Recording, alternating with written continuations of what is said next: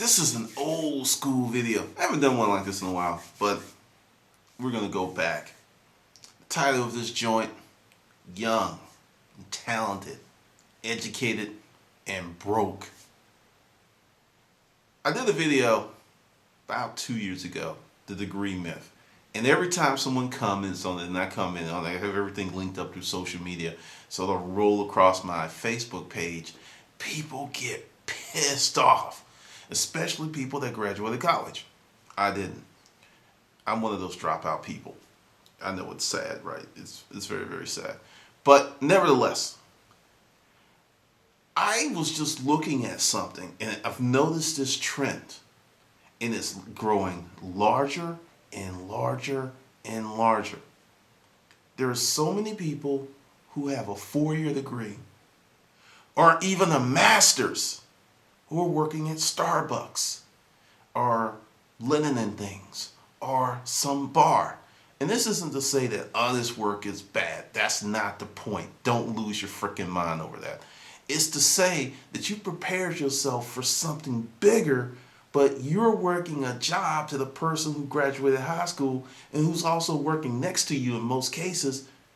And it makes me go, what is the deal? Because society's changing. It's really, really changing. Because that saying, the more things remain the same. Wait a minute, what is it? No, the saying is, the more things change, the more they remain the same. That is some total bullshit. There is massive change every 20 to 30 years. It's been going like that since day one. And I just look at what really happened. And this is some of my thoughts. I think the Jedi mind trick is in full effect. I'll give you a classic example. Like the movie Django, excellent fucking movie. Don't care what anyone says, Spike, Tavis, because you have black folks, some who are like pissed because of the liberal use of the N-word. But if you were to go to a hip-hop station on Pandora and just let the music flow for 30 minutes, you're going to hear that word more in those 30 minutes than you will in the whole movie or if you watch the movie 10 times. This is the thing. Culture, language, no one owns that. And you have these conversations because, one of the new themes for me is there's certain things I'm just not going to be part of because they suck up too much time and the end result is nothing. It's buckets. It's not even dry sand. It's just air. And I look at this and you have these people who really, really have dug in. This is my position and this is my position. And I'm looking at a larger picture. At the end, it doesn't matter. A friend of mine, we were having a conversation, and he said something, and I totally agree with him, that, our kids aren't having to deal with the level of racism that we did growing up. And I didn't have to deal with the level of racism that my grandparents, my mother or grandparents had to deal with. It's the truth. And a lot of people are like, no, it's not the same. It's not even close to the same. But you have this conversation, a circular conversation on something that is getting better. Sure, there's tons of room for improvement, but it's getting better. But the conversation is as if it hasn't. And there's still all these things that need to be done. And they do, but the thing is, I stand as a witness that if you are smart, hardworking, and you're willing to go through some bullshit that we call life, you can be successful regardless of your color, regardless if you came over here from Vietnam on a freaking boat. That's the American dream, baby. It's real and it happens. But the problem is people are looking at other people's experiences without really knowing the backstory. Give you another example. A lot of people don't know this. Rush Limbaugh, he didn't graduate college. He's another college dropout.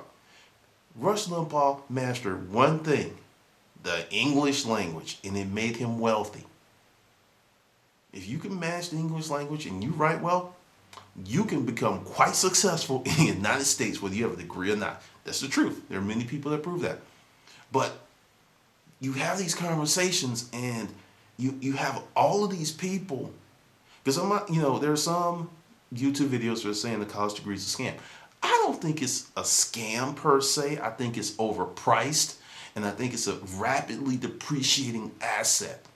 The time and period where you had a degree and that education was enough to sustain you and yours for decades is gone, because information is coming so fast. You're having companies that create a new product, a new service, and within 5 to 8 years, there's something better. And it's not like the people at the company were stupid. When they created it, it was great, it was wonderful, but things change so quick. And then there was someone in the company that was like, either, hey, I made this 8 million, I'm good, I'm out, or they didn't really plan. But the whole deal is, if you get a degree with the thorough lack of understanding that that information may be obsolete the minute you walk across the stage, you're in trouble. And that's what it really is, because I do a lot of research, a lot of reading blogs, and this is why I'm doing this thing, because there's this outcry. It's like, I have my degree, I've paid all this money, I'm up into debt up until here, but my life is no better than my friend who didn't go to college, who doesn't have a degree, and in some cases, my friend who didn't go to college, who started a business, is doing way better than I am. Understand, business is a risky proposition. It is. But in the new economy, so's a job. This is the first time you can legitimately say that's the truth. Because for a long time, you worked in a company, 20 years, got to go watch, and you rock babies on your knee because your house was paid for and life was good. That economy is gone. It's never coming back. So now you have a choice, because you have to really, really think about this. What are you going to do? Because, the college experience is changing. More and more programs are saying, hey, we really need to do something to prepare people for real life. So there's change, but I don't think that's a widespread notion. I think many the universities and colleges are still stuck in, this has worked for the last 100 years, so we're going to keep doing it. But there's some innovative programs out there that, you get that degree and you get out, you're going to be good to go. But I don't think that's the norm. I think that's the exception when it should be the norm. But that's just my opinion. Oh, if you're a young person and you're talented and you're educated, I have some advice for you. And it's going to really piss off your parents. I think before you go to school and get in all of that debt, you need to take 2 or 3 years and just go around the world. If you want to get in a freaking van and go from the United States to California and visit all these cities and be a bum, do it. And the reason is, I did something similar, and you never get 18, 19, 20, 21, 22, 20. You never get that back. That whole time, that whole perspective, your freshness, you never get that back. You can't turn around and do that at 30 and have the same exact experience that you're going to have at 20, because at 20, you don't know shit. And it's a detriment and it's an asset, because when you don't know stuff, you don't know that you're going to fail. You will try the craziest stuff, and a lot of times it works out. But when you become older, fear sets in. When you hit your 30s, it starts to really set in. When you hit your 40s, it really starts to set in. So you don't even do things as well as you can because you are afraid. So the time to do it, don't have any kids, don't get married, and go somewhere outside of your little town. And after 2 or 3 years, and you come back and you're like, hey, Appleville, USA is the place for me, and I'm going to marry Johnny from high school, and we're going to have 2.85 crumb snatchers. At least you know what's out there. Because I have a lot of friends who are in that, that second stage of life, and they're trying to go back and do shit that they should have did at 20 now, and it's not the same. It's not the same. You don't have the same mindset. You don't have the same body. It's just not the same. There's a certain time and phase for everything. Now, if you want to start a business, totally different. But just going out and getting life experiences and doing stuff, and with this new economy, you can turn that experience into cash. Because, I always get this, Glendon, why don't you get back in the storage auction business? Glendon, why don't you get back in the storage auction business? because I'm not afraid to fail. That's seriously it, because the storage auction business is a big comfort level. It's a secure, it's a comfy blanket. It's like I get into it, I know this, I know this, I know this, I got it. That's really not good for me in the new economy, because the new economy is all about learn, learn. It's almost like wax on, wax off. Learn, unlearn, learn. That's the new economy, and it's going to get worse. So if you don't like to read, you're in trouble. If you don't like to learn new stuff, you're in trouble. If your comprehension skills are piss poor, you're in trouble. Because David Simon said it in an interview about The Wire. We have a class of people that the society doesn't need. Now, before you go ahead and put that moral label on there of, he said these people are worthless, I didn't say that. I said we have a class of people that the society does not need, which means they're not really contributing anything, but they're taking resources. Now, ugly as that is, it's the truth. So you've got a choice. You can become one of those people who are giving, and when I say resources, I'm talking time, money, intellect, art, music.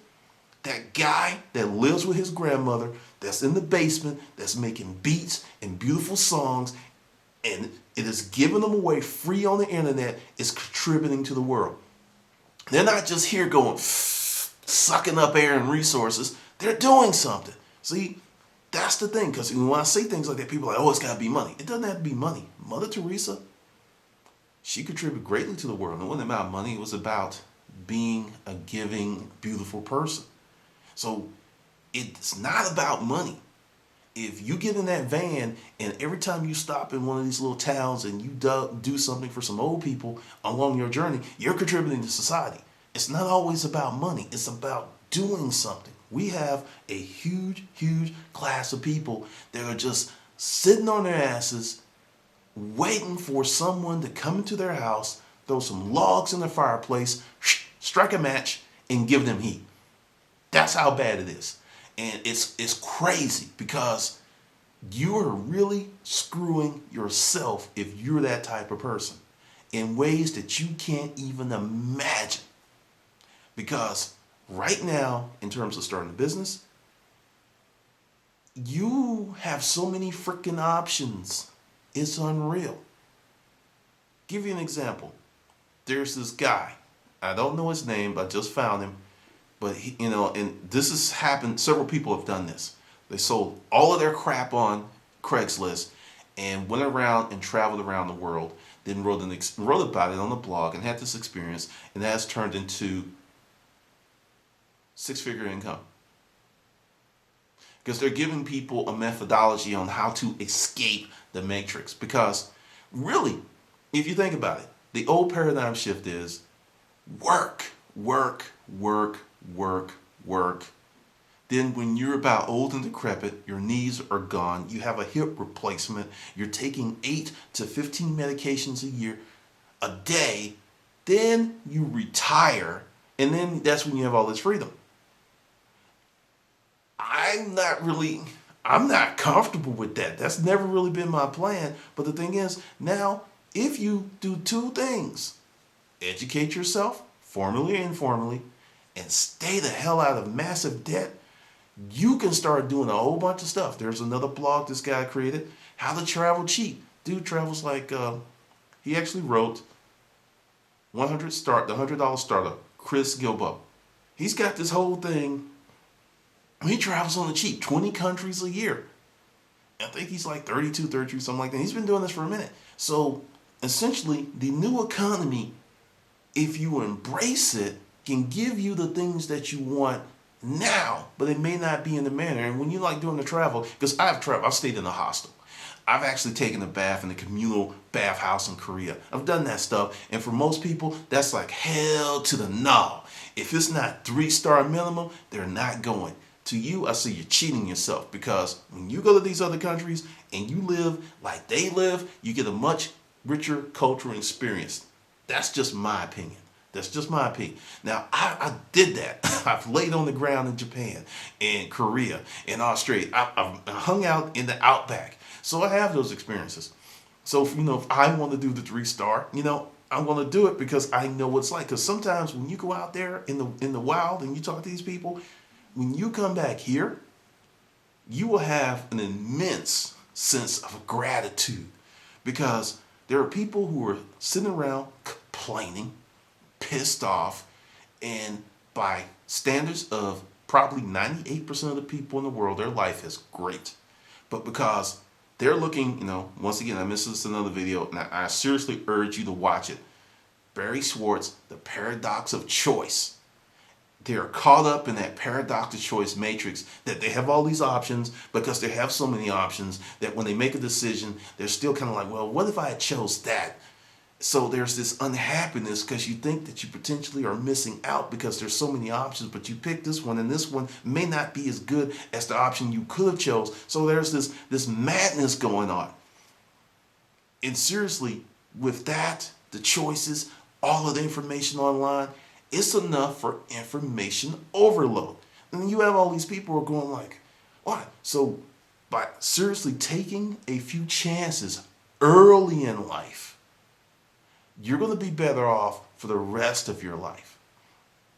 And this is totally different because, like I said, education. Let's say education. When I say education, it's like when you pick up a book, when you go to a different country, when you read a blog post, when you watch a YouTube video, and you get information that you didn't have before, that's education. When other people say education, it means, bam, 4-year, 6-year degree. I don't believe in that. I believe that if you can, I will just honestly, I'm proof. If you spend 20 hours a week on YouTube, more, the same time that most people spend watching, entertainment television, on certain specifics, certain courses, and if you just watch certain people, went to certain blogs, and really dedicated yourself to that subject area, you would become an expert within 6 months. Serious. You would become an expert in 6 months. You would know all the players in that niche. You would be one of the main guys if you just really hammered it like that.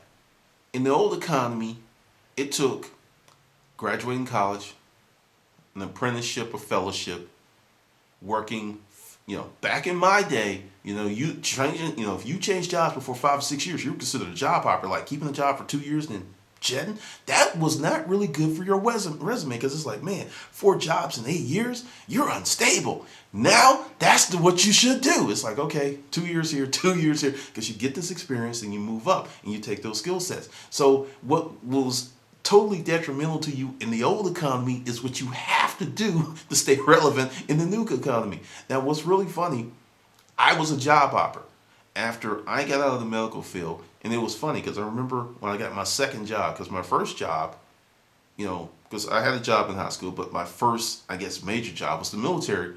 And then when I got my second job, it's like, oh, you're in the military. And when I got my third job, my resume only had 2 entries on it.